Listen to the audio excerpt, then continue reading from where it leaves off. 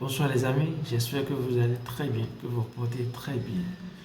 Aujourd'hui, nous irons à la découverte d'un roman que j'aime très bien, de Félix Kouchouo, L'esclave. J'espère que vous connaissez ce roman. Bon, la majorité connaît ce roman. Donc aujourd'hui, nous irons à la découverte de ce roman de Félix Kouchouo, un romancier, nouvelliste, essayiste et scénariste. Félix Kouchouo Dahomey, 1900, Togo, 1968, est un écrivain pluriel, accompli qui s'inscrit délibérément en marge des grands courants de la littérature africaine telle qu'elle est connue aujourd'hui. Son œuvre, pourtant riche de près d'une trentaine de titres inédits, est longtemps restée méconnue. L'esclave est son premier roman. Donc voilà, vous pouvez chercher après pour voir ce qu'il en est. Donc, aujourd'hui nous irons à la découverte de cela. C'est un beau roman. Un roman que j'aime bien. Voilà. Mais ce qui me plaît, c'est le chapitre 5 qui me plaît. C'est intéressant. Peut-être on ne va pas totalement terminer. On ne va pas totalement terminer, mais on va faire l'essentiel. Je vais peut-être vous couper la petite. Mais on ira quand même à la découverte du chapitre 5 qui est intitulé Et l'amour fin. Suivant. Dans le clair du matin, le soleil parut, boudeur, mettant en blanc lumineux, dans le ciel encore gris de nuages. La pluie finissait de tomber, en gouttes fines comme un brouillard. Toute la nuit, les éléments déchaînés s'étaient rués avec une rage acharnée sur la nature effrayée. Le matin encore, à un moment, on entendait, venant de l'horizon, le grondement sourd du tonnerre. La nature, dans cette fraîcheur matinale, se reposait de la lutte soutenue contre la fureur des éléments. Les gouttes d'eau brillaient sur l'herbe comme des pelles. Akweba, réveillé depuis quelques instants, se frotta les yeux. Baya s'étira sans bruit. Elle mit un pied à terre, se dressa, jetant négligemment son pagne sur l'épaule. Elle s'étira de nouveau et marcha vers la fenêtre qu'elle ouvrit lentement. La lumière du jour fit mal aux yeux. Elle considéra quelque temps les joyeux ébats des pigeons et des poules dans la cour. Elle entendit une voix qui la fit tressaillir. Elle se rejeta en arrière. Elle s'étonna de son trouble, le même trouble que lui avait causé la veille au soir cette même voix. Elle poussa un soupir. Prenant un bol d'eau, elle se rapprocha de la fenêtre et se débarbouilla lentement, l'esprit ailleurs. La mère de Kodjo passait sur la fenêtre et se sourire. Je croyais que cette migraine d'hier vous retenait au lit. Non, elle s'est heureusement dissipée. Bonjour, avez-vous bien dormi? Oui, fort bien. Surtout avec cette pluie. Et vous? Moi aussi. Après ce premier échange de politesse, Akweba retourna à son lit et s'y rassit, prit un cure-dent et le mit entre ses lèvres. Elle se sentit mal à l'aise, la tête lourde.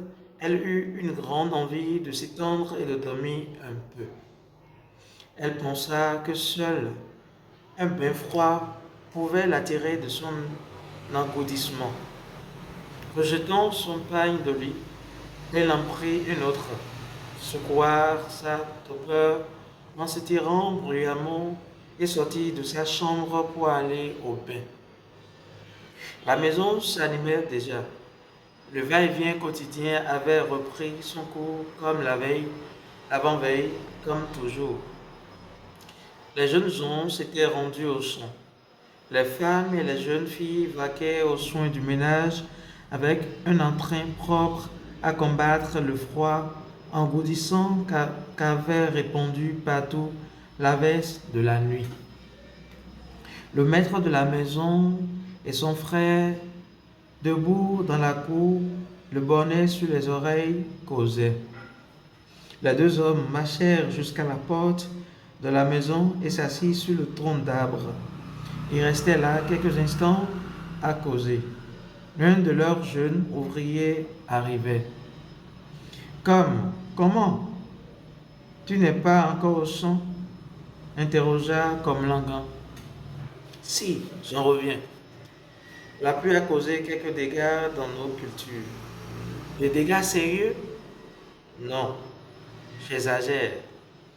Le vent a couché quelques pierres de maïs dans le champ proche d'ici. Il a fait choir une grosse branche d'arbre dans un autre champ. C'est tout. Nous irons voir. Prends mon bonnet, mon frère, et va demander mon casque que je me rappelle avoir laissé chez Akweba. Je crois que nous allons faire une longue trotte. Et la journée s'annonce chaude. Il est bon de se couvrir. Maoulaoué se dirigea à pas pressés vers la maison. Il pénétra dans la salle. La chambre d'Akweba était à droite. Il allait entrer, croyant la jeune femme absente, mais s'arrêtait sur le seuil interdit. C'est la partie qui m'intéresse. Vous voyez, l'homme est bizarre. Et la femme aussi est bizarre. C'est cette partie qui m'intéresse. J'aime bien cette partie-là. Mais cette partie aussi amène à poser plusieurs questions. Et cela se passe dans nos vies d'aujourd'hui, dans les réalités que nous vivons aujourd'hui. C'est important. Suivez bien attentivement cette partie-là. Dans un coin, la jeune femme se mirait dans la grâce, tout en se frottant les bras avec une pommade que répandait une agréable odeur. Elle était nue. Elle était nue. Akweba eut un frisson des pieds à la tête. Ce fut comme une secousse thérapeutique. Elle se retourna brusquement et se sauta d'abord, puis regarda fixement l'homme, de regard qui voulait être mécontent, mais qui se fit profond où se concentrait toute la force de séduction de cet être. De femme. L'homme eut l'envie folle de se précipiter sur celle qui s'offrait ainsi. Toi, tu remarques que d'abord tu es nu, et tu remarques que quelqu'un te regardait, et au lieu de mettre couvert un paille pour te couvrir, tu étais là et tu regardais d'abord la personne droit dans les yeux, la femme. L'homme, Akweba, d'un geste lent, prit un paille sur son lit. D'un geste lent, c'est que il prend tout son temps quoi. Il se dit non, alors que c'est pas ton mari. C'est un ouvrier que ton mari, le père de ton mari, a pris comme son propre enfant. Non, en quelque sorte, ils se considèrent comme des frères, mais pas du même sang. Et toi, cette personne entre dans ta chambre, d'abord tu es nu, et tu prends tout ton temps pour aller chercher un pain. Tout ton temps. Mais qui ne s'en couvrit pas, c'est encore grave.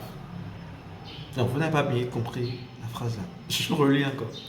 Akweba, deux gestes lents, prit un pain sur son lit, mais ne s'en couvrit pas. Femme. Virgule. Allons-y. Elle marcha sur l'homme. Elle leva le bras armé du paille et elle frappa l'homme au visage. Ne pouvez-vous pas vous retirer après avoir assez vu? Aïe, femme. Jean, bon, allons-y. L'homme recula. Touché à l'œil droit, il se frottait le visage. Vous avez bien visé, dit-il. On est puni par où l'on pêche. C'est l'œil qui a vu, c'est l'œil que vous frappez. Cet œil lui faisait mal et il le frottait. Akweba eut honte. Ne sachant quelle contenance prendre, elle jeta le pagne et courut sur Maulaoué, lui prit la tête entre ses mains, le souffra sur l'œil, essuya les larmes qui en coulaient. Puis elle se colla de tout son corps nu contre l'homme, lui mit les bras sur les épaules, le regarda fixement, câlinement, et dit en souriant, pardon, je ne voulais pas te faire du mal, pardon.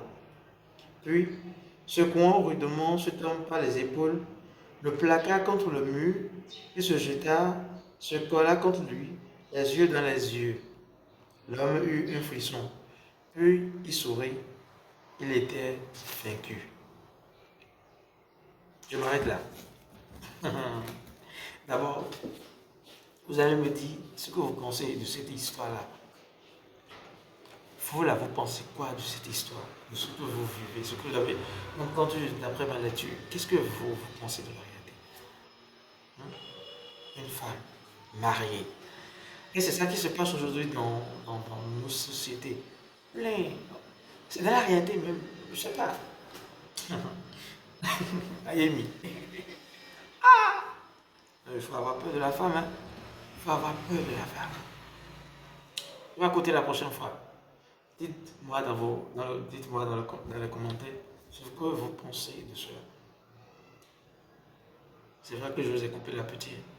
L'histoire est vraiment rien quoi. Je ne sais pas quel mot je vais utiliser. C'est trop bon. C'est trop bon. N'oubliez pas de vous abonner, partager massivement. Et on se verra pour la prochaine fois. Merci bien.